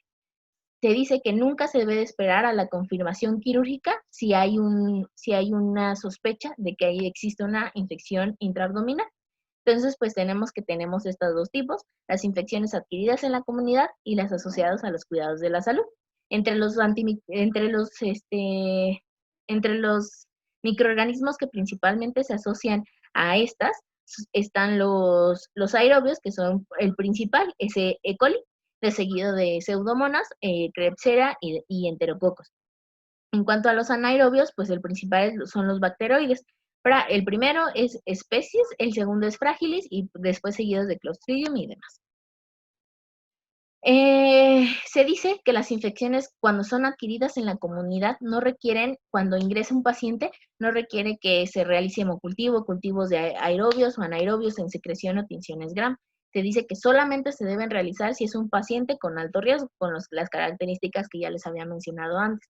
Entre las etiologías que vamos a tener asociadas a las infecciones adquiridas en la comunidad están los bacilos gram negativos entéricos como E. coli, streptococcus aerobios, anaerobios y bacteroides fragilis. El esquema se da de forma empírica, y se va a dirigir hacia microorganismos que son comensales del intestino delgado, distal, apéndice y colon. Se dice que si un antibiótico presenta una resistencia de 10 o más, debe de evitarse el uso de ese antibiótico. La mayoría de estos microorganismos son resistentes a fluoroquinolonas y entre estas, las Pseudomonas y el Acinetobacter también son resistentes en su mayoría a carbapenémicos. Hasta el 20% del Bacteroides fragilis va a ser resistente a la clindamicina. Y se dice que no hay una evidencia tal cual del uso empírico de antibióticos sistémicos contra enterococos o estafilococo, un espectro que cubra enterococos y estafilococo aureus MRSA o que cubra levaduras. Se tiene que esperar a una confirmación microbiológica, sí, y solamente se debe realizar un ajuste si hay un alto riesgo o para ver la susceptibilidad antimicrobiana. Pues estos son los esquemas que se deben de utilizar. Si es monoterapia, son estos que les comento, dependiendo de la gravedad, y el tratamiento combinado también se puede usar dependiendo la gravedad del paciente. En cuanto a la duración del tratamiento, te dices que es de 4 a 7 días y se debe suspender cuando existe una mejoría clínica. Se debe sospechar que hay un fallo de tratamiento si después de 7 días el paciente todavía presenta fiebre, leucocitosis o no se ha restablecido el tránsito intestinal. Los antibióticos, las dosis de antibióticos que están recomendadas son estas para las infecciones adquiridas en comunidad e intraabdominales. Estas son las dosis las de bajo riesgo y estas son las de alto riesgo. Esto nada más se las puse para que vieran las dosis que se deberían de utilizar. En cuanto a las infecciones asociadas a los cuidados de la salud, tenemos que hay pacientes con cuidado, se da en pacientes con cuidados agudos en un hospital o que residen en centros de atención crónica. Esta puede iniciar tanto en la comunidad como en el hospital y va a depender de la presencia de factores de riesgo. Si tiene la presencia de un dispositivo invasivo al ingreso cuando son adquiridos en la comunidad, historia de infección o colonización por Staphylococcus aureus, MRSA, antecedentes de cirugía, hospitalización por diálisis, residencia de unidad de cuidados crónicos en los últimos 12 meses, se considera que es una iniciada en la comunidad y se considera que es una iniciada en el hospital cuando el cultivo es positivo en sitios que generalmente son estériles. Y eso es cuando son positivos 48 horas después de la admisión y también tienen la presencia de más de un factor de riesgo. Las etiologías de estas infecciones son los gram negativos no fermentadores principalmente, como la Pseudomonas aeruginosa y el Acinetobacter spp, también el E. coli y la Klebsiella en sus espectros extendidos, las enterobacterias, el Proteus y el Staphylococcus aureus MRSA y los enterococos. Asimismo, hasta un 20% de estas infecciones van a presentar Candida albicans y se presenta mucho en pacientes perforados. Tienen un riesgo de peritonitis por cándida, por lo que se recomienda el uso de quinocandinas, ya que el fluconazol presenta si no tiene resistencia se usa fluconazol y si hay resistencia se pueden utilizar equinocandinas. Los factores de mal pronóstico en estos pacientes son la inmunosupresión, la peritonitis postoperatoria asociada a los cuidados de la salud, la sepsis grave de origen abdominal, con tratamientos previos con cefalosporinas o otros tratamientos de amplio espectro, la peritonitis e infecciones de válvula cardíaca y los portadores de dispositivos protésicos intravasculares con mayor riesgo de endocarditis. En cuanto al manejo empírico, pues va a depender mucho del patógeno que tú estés pensando o que por tu gram más o menos vayas identificando. Si tenemos un enterococo fecalis, se puede usar ampicilina, piptazo o vancomicina, y para un faecio que es resistente a vancomicina, solamente se va a dar un tratamiento con linezolid y tigecyclina si es que encuentras, en pacientes con trasplante hepático, infecciones de origen de árbol biliar, colonizaciones por microorganismos, peritonitis postoperatoria, y pacientes con afección de válvula cardíaca y material protésico intravascular. Si estás pensando en un Staphylococcus aureus MRSA, la infección postoperatoria, se puede dar un tratamiento con vancomicina o una segunda línea con linezolid o daptomicina y tigecyclina. Esto pues se debe pensar en pacientes con infecciones postoperatorias, con una infección pancreática o peritonitis terciaria. En cuanto a las recomendaciones según el microorganismo, son estas, guiándose más por sus resistencias, en los pacientes con infecciones abdominales asociadas a los cuidados de la salud. Estas son las dosis recomendadas. Y pues vamos a ver como unos apartados pequeños de las infecciones más frecuentes. En la apendicitis aguda, se dice que si no hay perforación o absceso o peritonitis, solo se debe de usar antibióticos con espectro limitado contra aerobios y aerobios y se debe suspender luego de la cirugía. Se dice que solamente presentan infección de sitio quirúrgico del 0 al 11% de los pacientes posoperados de apendicectomía, y si es una apendicectomía complicada, no hay una evidencia firme de que haya una diferencia entre si se da antibiótico por 3, 5, 7 o 10 días. Entonces, pues en realidad todavía no hay un estudio tal cual que valore los días exactos que se debería de dar el tratamiento. Se dice que en las primeras 48 horas el tratamiento debería de ser intravenoso y posteriormente ya se podría dar vía oral si es que hay una tolerancia a esto. Este es un estudio que me pareció muy interesante. Yo había visto que ya había que se había estudiado tratamiento para apendicitis nada más con tratamiento conservador con antibióticos, pero yo nada más había visto estudios en niños y encontré este estudio JAMA que me pareció muy interesante porque pues lo que hacen ellos es comparar una apendicectomía abierta contra ertapenem por 3 días y le dan aparte levofloxacino por 7 días y metronidazol. Se hizo en 530 pacientes y las edades del rango de edades fue entre 18 y 60 años. De estos, a 256 se les dio solamente antibiótico y vieron que 70 de estos pacientes terminaron en cirugía al año de la el tratamiento, que representaban el 27.3%. 30 requirieron un tratamiento adicional con antibióticos, sin embargo no cirugía, que fue el 16.1%, y la cirugía se vio quienes requirieron cirugía entre 1 y 5 años, y se vio que había una incidencia acumulada de cirugía de hasta el 39.1 a 5 años, lo cual pues yo hubiera pensado que pues sería mucho mayor, ¿no? Y pues obviamente pues las complicaciones pues fueron significativas, pero pues obviamente un paciente que operas va a tener más complicaciones que un paciente que solamente le das antibiótico, pero bueno, lo comentan como una P significativa. Pues ya sabemos que pues cualquier paciente siempre va a ser mejor operarlo, pero pues al parecer los antibióticos es una alternativa buena y pues no tiene una incidencia de recuperación tan alta como uno pensaría. En cuanto a la colicistitis y la colangitis aguda, la colicistitis sin infección periférica se refiere que se tiene que dar antibiótico menos de 24 horas. En una colangitis aguda se tiene que dar tratamiento antibiótico contra anaerobios si el paciente está inmunocomprometido o tiene alteraciones graves o factores de riesgo graves. Y contra enterococos solo si se piensa hacer o si hay una anastomosis bilimentérica. Se dice, bueno, en lo que en la bibliografía que chequé, refieren que siempre se debe de hacer cultivo de biliar, sin embargo, pues yo nunca he visto que se haga. Y se dice que de 4 a 7 días, una vez controlado el foco infeccioso, el tratamiento debe ser de 4 a 7 días y una vez controlado el foco infeccioso o hasta que se resuelva la obstrucción. Pues los tratamientos que se consideran en una colangitis leve se consideran las cefalosporinas, más o menos metronidazol, las quinolonas más o menos metronidazol, y si decides dar monoterapia, ertapenem o moxifloxacino. En la moderada se puede dar el mismo esquema que en la leve, o piperacilina tazobactam, y en la grave pues se recomienda piperacilina tazobactam o cefepime más metronidazol o algún carbapenémico. En cuanto a la pancreatitis aguda, se dice que no se debe dar tratamiento antibiótico a menos que exista una colangitis.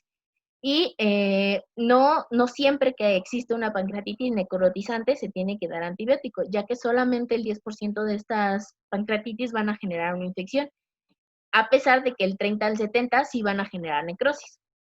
En cuanto a la pancreatitis necrosante infectada, se tiene que dar un tratamiento de amplio espectro, pero siempre posterior a una punción por agufafina guiada, donde tú puedas tomar un cultivo y puedas tener un patrón de resistencias.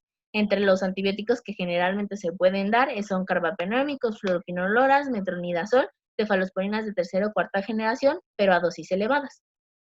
Y en cuanto a la diverticulitis no complicada, se dice que el tratamiento es reposo intestinal y antibióticos de 7 a 10 días con fluoroquinolonas y metronidazol, o bien ertapenem con carbapenémicos si decides usar una monoterapia.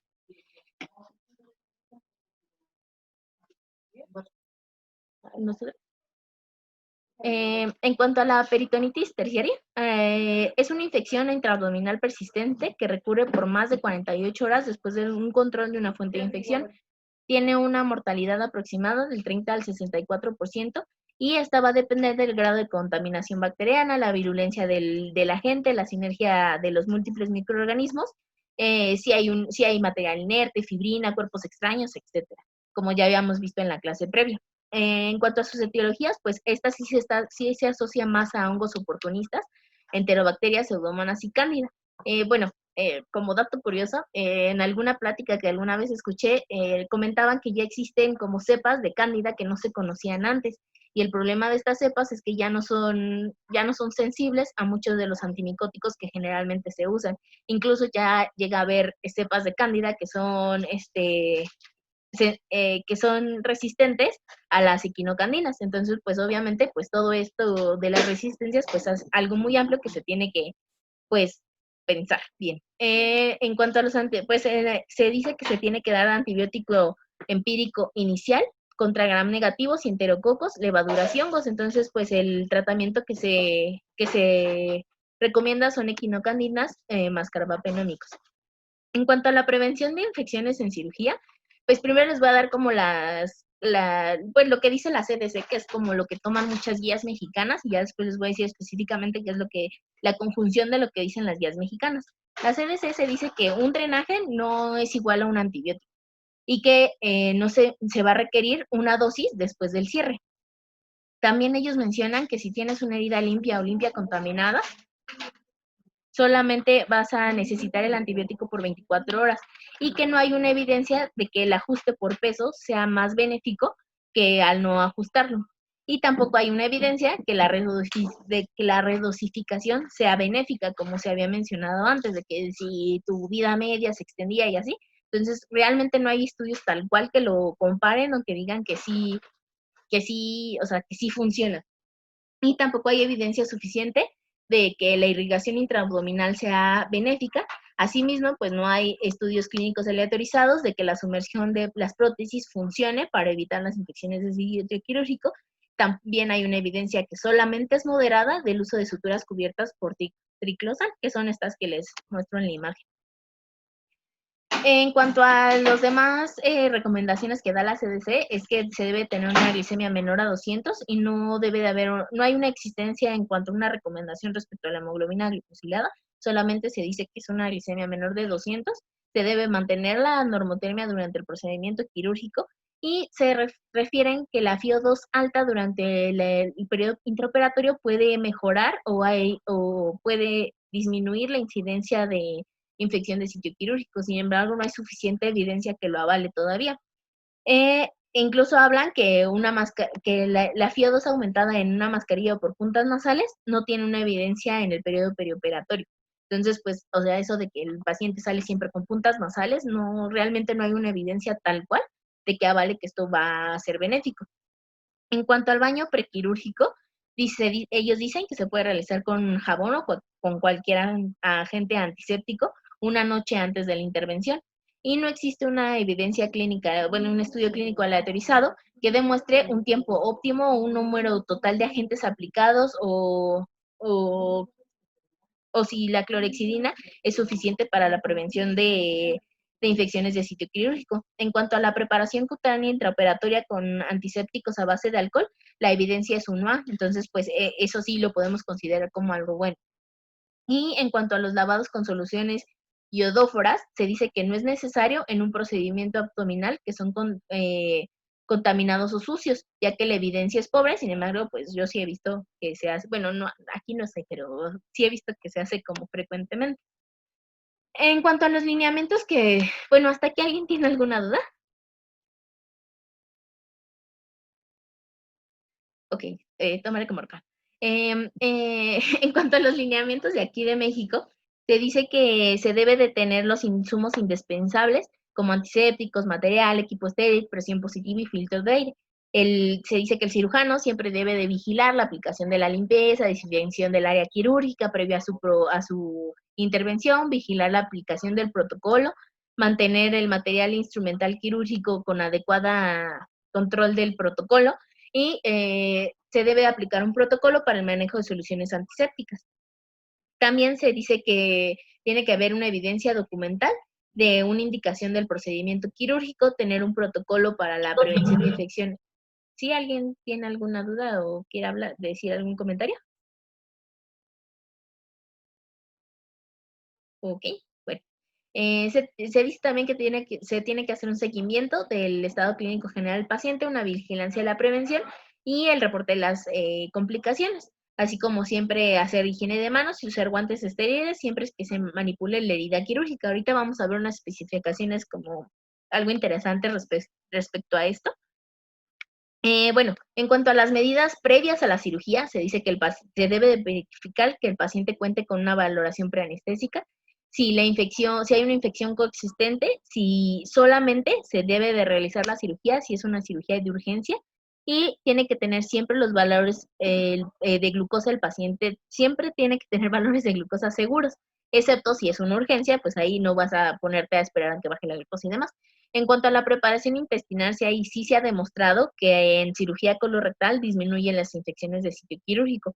Y se dice que también el baño completo un día antes de la cirugía es óptimo y otro más el día del evento quirúrgico, con un baño con seco con clorexidina pues disminuye la incidencia de infecciones de herida quirúrgica, aunque no ha demostrado una diferencia entre un lavado preoperatorio con clorexidina con jabón o detergente.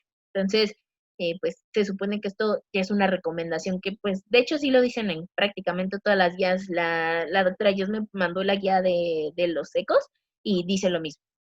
En cuanto, bueno, se dice que se debe de decir al paciente que no se debe aplicar lociones, emolientes, cosméticos o productos a base de alcohol.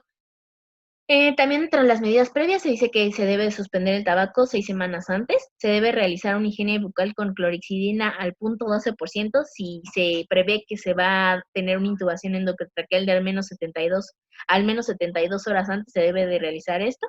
Y se puede usar mupirocina en ungüento al 2% en las fosas nasales si el paciente tiene una colonización previa por Staphylococcus aureus o si se va a realizar una cirugía ortopédica o cardiovascular o se va a realizar un implante de prótesis en este tipo de cirugías. Y no se debe realizar ningún tipo de eliminación de cabello o vello a menos que sea como estrictamente necesario y no se debe de usar rastrillo. Me parece que son rastrillos. Bueno, se dice que no se debe de usar rastrillo, que de preferencia se tiene que recortar y si no es necesario ni siquiera se tiene que hacer esto, ya que la permanencia del vello no va a causar más infecciones de sitio quirúrgico. Y se tiene que realizar lo más cercano al procedimiento y esto dice que también debe de incluir la educación al paciente, ya que pues tú no puedes como prevenir si el paciente pues, se decide depilar antes de tu cirugía programada o algo así. Y pues sí se recomienda el uso de cremas depiladoras, sin embargo se dice que tienes que tener mucha precaución y que estas te pueden causar una dermatitis por contacto que pues puede afectar. En cuanto a las medidas previas al inicio de la cirugía, se tiene que seguir en todo momento la política de uso del uniforme quirúrgico en esta área.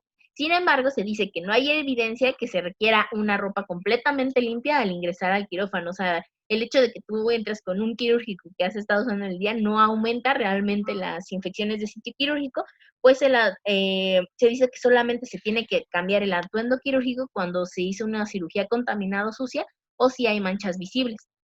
En cuanto al uso de la mascarilla dentro del quirófano, se dice que sí hay menos contaminación del espacio quirúrgico, pero la evidencia es dudosa en relación con una infección quirúrgica tal cual. Y en cuanto al gorro, la ACS solamente recomienda el uso de gorro solamente cubriendo el cráneo y la Asociación de Enfermería recomienda el gorro que cubra completamente, obviamente sin exposición de pelo y quitando cualquier tipo de joyería. En cuanto al doble guante, se refieren que pues no hay evidencia real de que el tener doble guante vaya a disminuir tus infecciones de sitio quirúrgico. Entonces, pues se supone que no hay una evidencia, entonces pues no se tendría que usar. Y se dice que siempre se debe que estar vigilando la aplicación de los protocolos para prótesis enfocadas en la prevención de las infecciones de sitio quirúrgico y realizar lavado quirúrgico con productos a base de clorexidina al 2%, 4%. Se debe de usar adhesivos, dice que no hay necesidad del uso de adhesivos plásticos con o sin antimicrobiano, o sea que con la pura clorexidina es completamente suficiente.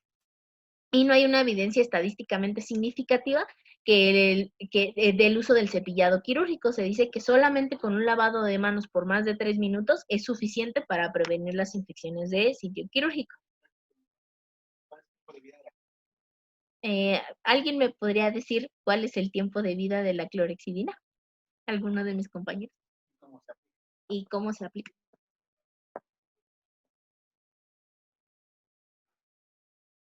¿Alguien? Nico.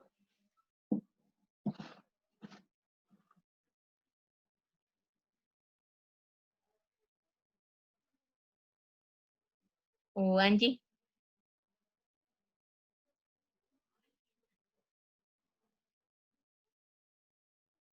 ¿O alguien que quiera participar al respecto? Bueno, yo, Karen, el tiempo de vida de la clorexidina normalmente es de 12 horas porque es una molécula de alto peso molecular. Es una molécula de alto peso molecular, pero valga la redundancia. El tiempo de uso que nosotros utilizamos, por ejemplo, si ustedes han visto cuando pasa un paciente a quirófano, le hacemos como el lavado rápido, ¿no? Pero realmente tenemos que hacer el movimiento continuo durante 30 segundos por el área que tenemos que limpiar, ¿no? Eso es importante y es algo que no hacemos realmente. Eso es para favorecer que la molécula penetre en los tejidos y el tiempo de acción dure más. Gracias. Bueno, continuando con las medidas transoperatorias, se dice que se tiene que hacer una incisión limpia, sin escalonar, una disección cuidadosa y de preferencia traumática, con Karen, hemorragia cuidadosa. ¿Sí? ¿Alguien quiere decir algo? sí, sí, yo. ¿Y Sí, tú doctor. cómo crees que sí estás de acuerdo con lo que dijo Burgos? Pues sí, pues sí. ¿Por qué? Pues sí, Sí, así es. pues la verdad es que yo no leí específicamente eso, pero no sé la verdad. Se debe de realizar así como de arriba hacia abajo, de adentro hacia afuera, de afuera hacia adentro, cuánto tiempo debe estar en contacto con la piel, si se debe de lavar después de haberle hecho la cirugía Pues se al supone que, paciente. pues se supone que no hay como una evidencia de que se diga que el lavado Claro. posterior funcione. Entonces, pues eso, No, pues pero no. qué te dice el laboratorio? Porque el laboratorio, por ejemplo, el que promociona la clorexidina, la clorapred, te dicen, ¿no? Tiene específicamente algunas indicaciones para eso. Bueno, Doc, bueno, no, yo voy a contestar. Bueno, la ficha técnica de lo que nosotros utilizamos efectivamente dice que hay que hacerlo la manera de hacerlo en círculos, de adentro hacia afuera y de arriba hacia abajo, realmente no especifica la forma de realizarlo, pero sí especifica que el tiempo de contacto en la zona debe de ser durante 30 segundos. Y pues no hay que lavarlo después del procedimiento quirúrgico, porque la molécula en teoría se mantiene ahí durante 12 horas, que es el tiempo que nos va a evitar la infección de sitio quirúrgico, ¿no? Bueno, es lo que yo leí de la ficha. Sí, de hecho, si ustedes a veces platican con enfermería, ellos les comentan que no se debe volver a pasar en el sitio donde pasaste una vez con el Clorapret. Sin embargo, en la ficha o lo que te dicen el laboratorio, comenta que como es un medicamento, lo puedes pasar varias veces. Y sí, debe de estar en contacto mínimo 30 segundos para que se absorba o penetre el medicamento. ¿Sale? Entonces, si alguna enfermera le dice, está bien que lo diga, pero sin embargo, no hay alguna especificación con respecto a que lo realices de adentro hacia afuera, de afuera hacia adentro, con círculos o que no pases en una herida. Ujú, ¿Sale? ok. Y sí, está bien lo que dice Burgos. Perdón, me había espantado, Doc. No, pues es que es para Karen. Gracias, doctor. Bueno, continuando, se dice que se tiene que evitar la hipotermia con soluciones de más de 500 mililitros a 37 grados o a 38 grados, el uso de colchón térmico y, bueno, las especificaciones que dicen las mexicanas dicen que la glucosa tiene que ser entre 110 y 180, pues en comparación con la CDC que decía de menores de 200. Y en cuanto al oxígeno suplementario, ellos dicen que hay una menor tasa de infección si tenemos una FiO2 mayor de 80, entonces pues las guías mexicanas sí lo recomiendan en comparación con lo que dice la CDC. Y en cuanto a las cirugías prolongadas o que se prevé una pérdida o que hay una pérdida mayor de 1.5 litros de sangre, sí se recomienda una segunda dosis de profilaxis y pues siempre se dice que se tiene que valorar y clasificar la herida quirúrgica. Se debe de considerar bueno, esto es lo que dicen las guías mexicanas. Se tiene que considerar una irrigación de fascia superficial y profunda con soluciones yodadas, en comparación con lo que dice la CDC, que pues ellos dicen justamente lo contrario, que no hay evidencia al respecto, pero pues. Y no hay evidencia de que la irrigación de la herida con solución salina previa al cierre funcione, y tampoco que el lavado intraperitoneal con solución acuosa con yodo disminuya la infección en heridas contaminadas o sucias. Tampoco hay evidencia que concluya que hay un cambio instrumental al cerrar una fase, del cambio instrumental al cierre de la fase superficial y la piel. Y hay una moderada evidencia en cuanto al uso de las suturas con antibiótico, con el triclosan, que ya les había mencionado. Y se dice que pues la cubierta de la herida estándar no requiere una presión negativa, ¿no? Nada más. Pues estos son los parámetros que se dice que se tienen que usar, o sea, bueno, que tenemos que buscar en un buen antiséptico, que es que su espectro de acción sea el más amplio posible, que cubra gérmenes gram positivos, gram negativos, virus y esporas, que tenga una rapidez de acción tras su aplicación en el campo, una duración de la acción del efecto dentro del efecto, sin efecto dentro del guante. Y un lavado precierre con yodo en spray, si está recomendado en las guías mexicanas.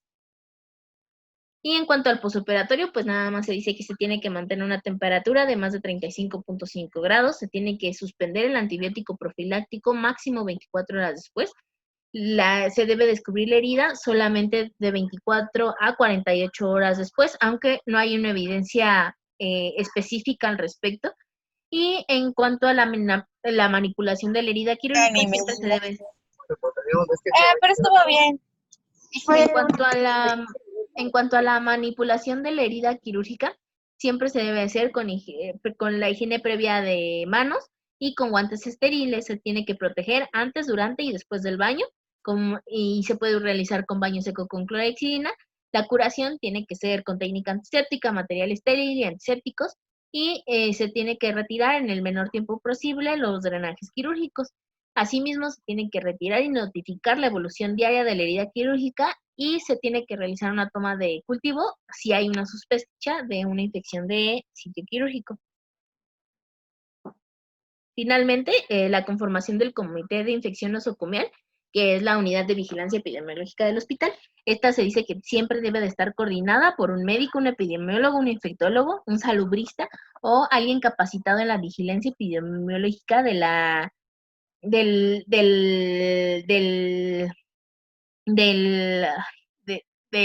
IAS en tiempo, o sea, que tiene que estar disponible por tiempo completo. Y aparte tiene que haber personal de enfermería para que aplique las actividades de vigilancia, asimismo equipamiento informático y un laboratorio de microbiología. Esto es lo que dice la ROBE y la norma oficial mexicana respecto a esto. Asimismo, se dice que pues la implementación de programas de prevención de infecciones nosocomiales tiene un impacto en la disminución de las infecciones de sitio quirúrgico. Sin embargo, pues ha habido, como ya veíamos al inicio, un aumento en las infecciones intrahospitalarias. Y se dice que esto probablemente se asocie a al bajo apego a las normas que pues ya se presentan en las guías anteriores. Y siempre se tiene que tener una vigilancia de las infecciones asociadas a la salud con programas de prevención en cuanto a la intervención que se tiene que realizar para reducir las tasas de infección, la morbilidad, mortalidad y mejorar la seguridad del paciente. Y pues finalmente esta frase me gustó mucho, la vi en una conferencia alguna vez, que decía que los antimicrobianos se tienen que usar tan poco como sea posible y tanto como sea necesario. Pues también pues se ve que los antimicrobianos pues al nosotros consumirlos y desecharlos en nuestras excretas, también se van en el agua y se han hecho estudios estudios biológicos donde se han tomado muestras de agua en donde quieran, en algún pastizal o así, y esas muestras presentan todavía rastros de estos antibióticos. Estos antibióticos a su vez los pueden consumir el ganado y demás, y pues terminan en la comida. Entonces pues esto es como un ciclo que va generando más resistencias y pues aunque tú seas como pues educado en cuanto a las resistencias y a no dar antibióticos cuando no se debe, pues el uso inadecuado por otras personas al final nos va a afectar a todos. Entonces, pues eso sería todo. No sé si alguien tenga alguna duda, algún comentario.